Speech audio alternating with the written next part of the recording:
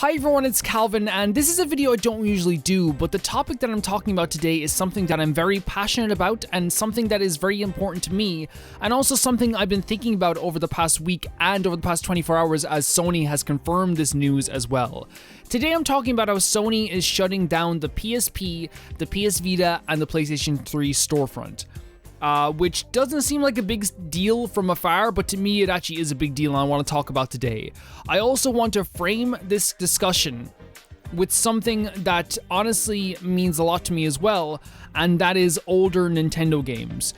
Because I started my journey with Nintendo about 5 or 6 years ago, and it started by playing older games on the virtual console, and that's why this is important, and that's why I think that I want to frame it in this way at the same time. Also, it's important to say this is not a hit piece against Sony. This is not a hit piece against the CEO of Sony, Jim Ryan. I think that Sony, I think anyone who says they're not doing a fantastic job financially is just lying to themselves. They are doing that great job, so like obviously I'm not a CEO or a businessman, so I won't be coming at it from the perspective of like, this is how you make money, because I'm not in that position, so I can't really say that.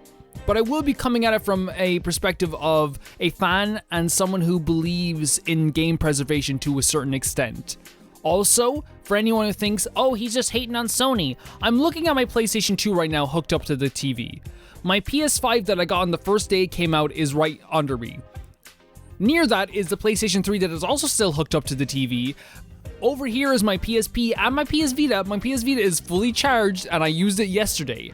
I'm telling you, I have played Sony games since I was a wee chap. In fact, a lot of my audience members are so young that I've been playing Sony games before they were even born. Like, this is not even an insult, it's just the truth. I've been playing Sony games for that long.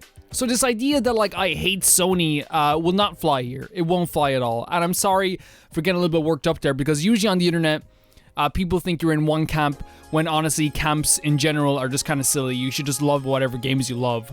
I'm sorry if it does come across as me getting a little bit ranty or mad today. I don't like to do stuff like this, but I think it's important that we talk about this. So let's start off with what's actually happening. First of all, important notices regarding PlayStation products and services. Discontinued PlayStation apps, features, and services. PS3, PS Vita, and PSP store closure. We are closing the PlayStation Store on PlayStation 3 consoles on 2nd of July 2021, and on the PlayStation Vita devices on the 27th of August 2021. Additionally, the remaining purchases for functionality for PSP, PlayStation Portable, will also retire on the 2nd of July 2021. Now, from afar, some people are going to say, well, Calvin, that's not a big deal. These are older games. It doesn't matter. Like, you know what I mean? Like, you can just like buy the remastered or remade version of a lot of these games. I'm going to say why that's not exactly true in just a bit. What features can I use after the closure of the PlayStation Store and purchase functionality on PS3, PS Vita, and PSP devices? You will still be able to re-download games and play previous purchased titles. Okay, I bought every single exclusive on the Vita. This is not going to be a problem for me. You will still be able to access previously purchased video media content. Yes, okay, fine. You will still be able to redeem a game and PlayStation Plus vouchers, which is strange. You will still be able to re-download and play claimed titles through PlayStation Plus as long as you remain a member of the service. This is weird to me, the wording of this. I have Freedom Wars as a PS Plus game. If I cancel my PS Plus, will I not be able to download this again? Like, is this just gone from my library? I really do wonder. So yeah, and of course you will no longer be able to purchase digital content, including games and video content. You will no longer be able to make in-game purchases on these consoles. You will no longer be able to redeem PSN Wallet Fund vouchers, like gift cards and stuff, I guess. So, there we go. That's what's happening with Sony right now. Straight up, that is what's happening with Sony. Now, the difficulty I have with this is not that they're closing the storefronts. This happens all the time. It happens on numerous occasions. It's just a thing that happens. But this is not just like, oh, Sony's shutting this stuff down because they don't need it anymore. I want to talk about what the CEO of Sony said, Jim Ryan, back in 2017. And it's a long time ago, but it's very clear that he has these opinions still about video games, and it's very clear that like they haven't changed in these 3 years. If they have, I would totally like say I'm wrong. When we've dabbled, I'll actually highlight this here so you guys can see it. When we've dabbled with backwards compatibility, I can say it's one of those features that is much requested but not actually used, said Ryan. This is true. Not many people actually use the functions of backwards compatibility on games. They found that with Xbox, it's a very low percentage of people to actually use backwards compatibility. I'm not going to say this is wrong at all. This is true. But I don't think backward compatibility is about like the amount of people that use it or the majority of people that use it. That's not the point of backwards compatibility, and we'll talk about that more in one moment. And I was at a Gran Turismo event recently where they had PS1, PS2, and PS3 and PS4 games. And the PS1 and PS2 games, they looked ancient. Why would anyone play this? This is it. This is the comment that I want to talk about. First of all, Gran Turismo games on the PlayStation 1 and PlayStation 2 are still gorgeous and some of the biggest benchmark games for that console. They are still beautiful to this day. In fact, I probably can find some footage to show up on the screen of the PS1 versions of Gran Turismo, even PS2 versions of the Gran Turismo series that still look more than beautiful today. I think that honestly, Jim Ryan has an opinion of how games should look, and that's fine, we all do. But for me personally, when I'm looking at video games, there's more than just like graphics or pixels or 4K or 60 FPS. It's about art style and visuals and how the vibes mesh with the characters on the screen. Everything is just much more than just how many P's are in a freaking game to me. Like, it's not just about like, if I was all about like 4K, I'd be like more of a PC gamer. I would be if I was all about like how games have to consistently run at the highest whatever, which, you know, if you're into that as well, that's not a big deal whatsoever. I'm not saying that's bad, but it's very clear that he's coming at this from a perspective of old games look bad. Old games are not that great, and like, why would anyone play this is like the funniest thing to me. It's one of the funniest things to me. And again, I don't like to get like this when I'm talking about games, but like, this is not a take that I'm totally happy with, like, to be honest. And like, it's a take that obviously clearly continues today. Let's talk about something I tweeted out yesterday. I know this is kind of weird looking at my own tweet, but I think it's the best way I can like phrase things without forgetting stuff. So this handsome person, Calvi, with Sony shutting down PS3 and Vita stores, so many games are about to be delisted. Persona 1, 2, and 3, they're just going to be gone. You can no longer buy those games legally from any storefronts.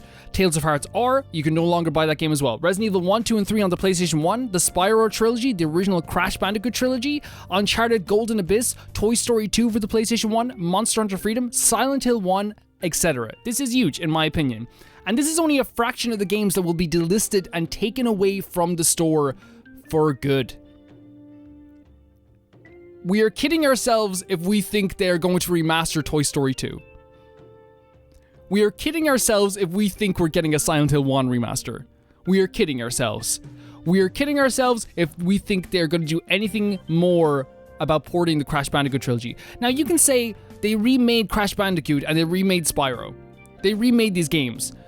That doesn't mean there's no value in going back to the older games. That doesn't mean there's no reason for someone to go, well, I loved Crash Bandicoot as a child. I want to play more Crash Bandicoot. I want to play the games that I played as a kid, or I want to play the original series of those games.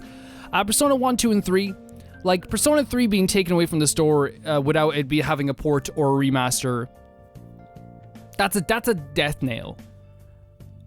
Because people constantly text me and ask me, how am I going to play Persona 3? How am I going to do this? And I have to tell them, you know, you go to the PS3 or you go to the Vita. Both ways are gone. As of August this year, there is no way to play Persona 3 legally anywhere.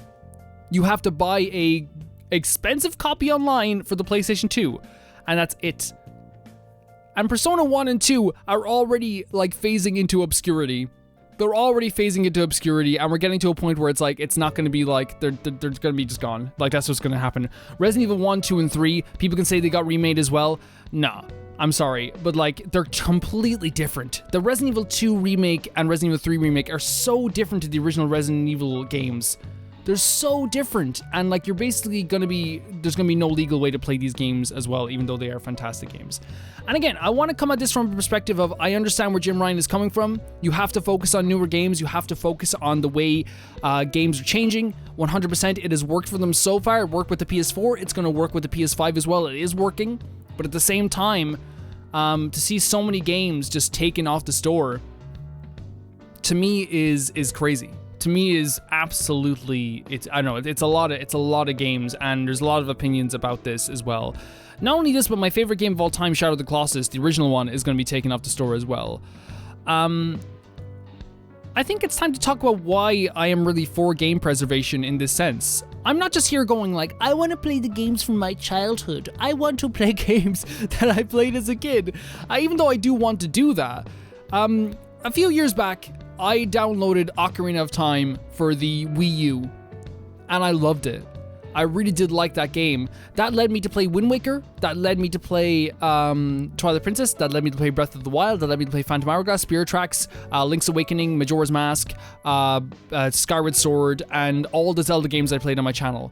Not only that, but I also downloaded a few years back as well Paper Mario, which led me to play Origami King, which led me to play Super Paper Mario, which led me to play Mario & Luigi games, which led me to play Mario Sunshine, which led me to play all of these Nintendo games. If I did not download the older game of Ocarina of Time, a game that you can buy on the Wii U, if I did not download that, I would have never have gotten into the Nintendo series the way I did, the Nintendo franchises the way I did. Just straight up, that's what started it. That's what started my love for Nintendo. That is what started this whole love for Nintendo. I played Pokemon before, but like I never played it in this way. A few years back as well, I want to say that I played my first ever Tales game, which was Tales of Zestiria. What happens after you play a new game? You go, oh my god, I freaking love this. I want to go back and play the other games. I want to go back and see what the other games have to offer. So I went back and played Tales of Exilia. I went back and played Tales of Symphonia. I went back and played all these other Tales games, and that led to my love for the series getting bolstered, which then led to me buying Tales of Berseria, which now has me pre-ordering Tales of Arise when it comes out later this year, or maybe next year at the same time. I feel like you're depriving people of that awesome feeling of going back and playing these older games, because video game history matters. It matters so much, and like having easy access to play these games. Like if you look back at some of these games I was talking about, Silent Hill 1 is the least talked about Silent Hill game online. And taking it off the store completely, what you're doing, it's gonna die off into obscurity. Like it's one of the least popular Silent Hill games. It's gonna just disappear into obscurity. You can no longer play this game legally. You have to emulate it. And you can be like, yeah, Calvin, you can emulate PS1 games so easily. And it's like, some people don't want to do that. And I can say this right now, guys, if you are thinking about emulating these games, like, I can't fault you. As I said here in a reply to my own tweet, it sucks, but as a massive Vita fan, I encourage you all to find a way to play these games. They're listed by any means necessary. Sony does not want you to buy these games anymore. What? I did not say the word emulation at all. That was not me, totally not me. But the fact of the matter is that, like, if you're a person who's like, man, I really want to play Silent Hill 1, and you're like, I have a PlayStation 2, I'll buy a copy off Amazon. You go on Amazon and the copies are like 100 and something euro or something like that. Like, no one's gonna, Konami aren't making that money anymore. Sony aren't making that money anymore. If you buy that copy online, some random shop will make the money, but like, that's it. The original developers of the game aren't making the money anymore. I'm not saying anything about emulation here, by the way, guys. I'm not saying a word because I don't want to get my channel taken down or anything like that. I'm not saying an absolute word about emulation. All I'm saying is, I think you should find a way to play these games by any means necessary. I think it's completely fair. I think it's completely fair. I just think about the fact of like, what if like Nintendo didn't have the Virtual Console? My channel would not be a thing. You would not be here listening to this video right now. That's how important game preservation is to me. It really is. And like, people are gonna say, Calvin, you're all digital now. Yes, I am. I buy mostly digital games. The majority of games I buy are digital games. That is 100% true. But that doesn't mean I'm like for them taking down these stores. And honestly, I get it. I get why they're doing it. They've been up for so long. They've been up for so long at this point that like maybe not, they have numbers that people aren't using them anymore. But all I know is that like, for the first time in 25 years, you will not be able to buy a copy of Resident Evil 1, 2, or 3 legally. That's a thing for me. That's a thing, you know? For the first time since the release of those games, you will not be able to legally buy a copy of Resident Evil 1, 2, or 3. And that's usually... And guys, I'm sorry for ranting for so long. I do want to hear your guys' opinions on this as well. I think that, like, this is a very touchy subject. I feel like this is a very interesting subject. I'm not going to change anything. Nothing's going to change. Those storefronts are closing down. It's sad. I understand that. But I just kind of wanted to get my thoughts out here now. I don't like to make videos like this often, and I don't think I will be making a video like this again, but this video is just important to me because of the context of what's in the video. I hope that you guys understand. I hope that you guys, you know, had a good time listening to this, or maybe you have your own opinions on this. Please let me know.